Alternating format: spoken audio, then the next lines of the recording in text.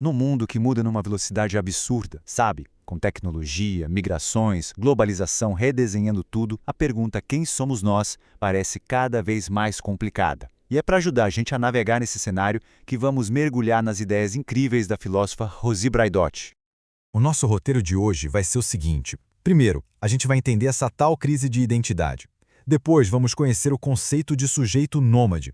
Em seguida, explorar as ferramentas que a Braidotti nos dá, ver as implicações políticas disso e, por fim, entender por que tudo isso é tão relevante agora. Então, para começar, vamos direto ao ponto. Qual é o problema que a Braidotti está tentando resolver? Bom, tudo começa com o que a gente pode chamar de uma grande crise de identidade. É isso. A ideia clássica de indivíduo, sabe, aquela que a gente herdou da tradição ocidental, ela simplesmente não dá mais conta da realidade.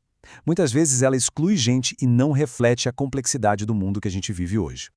E olha que interessante esse contraste. De um lado a gente tem o tal do sujeito humanista, a ideia de um homem universal que, na verdade, era um modelo bem específico. E do outro lado, a nossa realidade, fragmentada, múltipla, conectada. Fica muito claro que esse modelo antigo não consegue mais abraçar toda essa complexidade. E essa é a grande questão, não é mesmo? Se o jeito que a gente se entendia já não funciona mais, para onde a gente vai? É exatamente aqui que a proposta da Braidotti se torna tão potente. Então vamos lá, vamos conhecer o conceito central da Braidotti, o sujeito nômade, uma figura que foi pensada exatamente para a nossa época.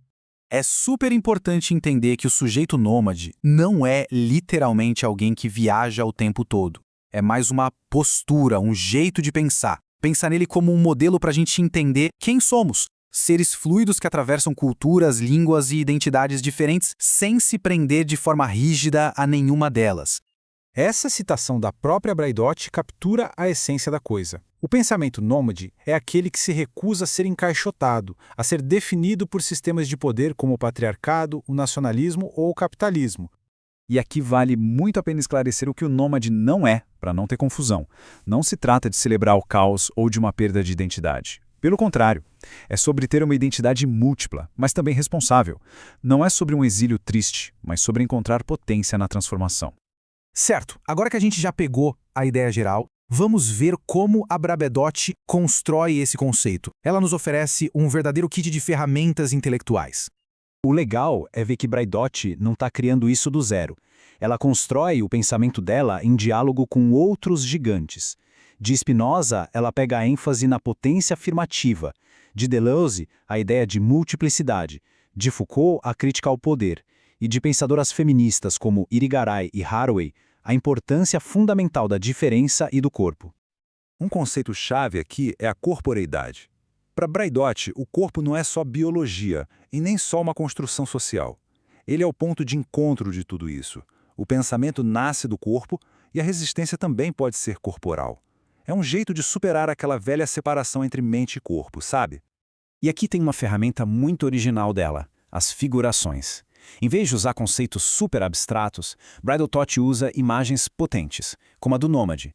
Elas não são só metáforas, funcionam como ficções políticas, que ajudam a gente a imaginar futuros possíveis e a agir para que eles se tornem realidade.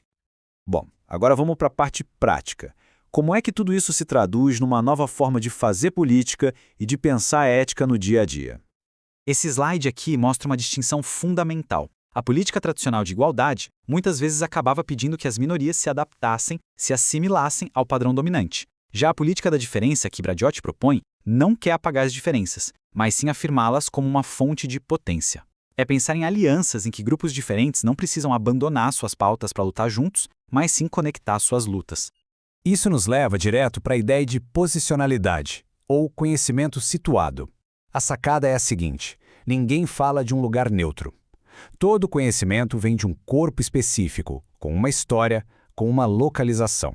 Reconhecer isso é o primeiro passo para uma nova forma de entender como a gente produz conhecimento.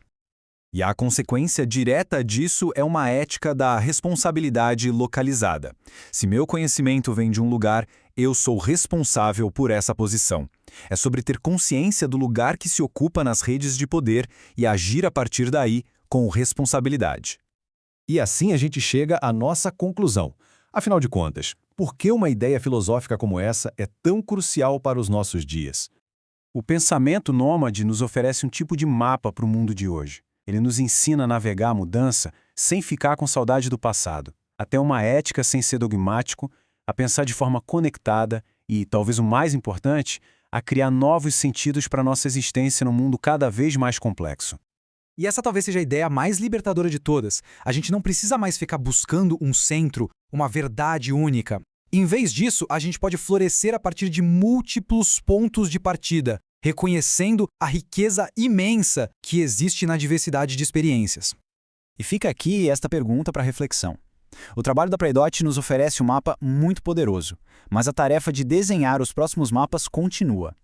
Num mundo que não para de se mover, como é que a gente vai continuar se orientando? Obrigado pela companhia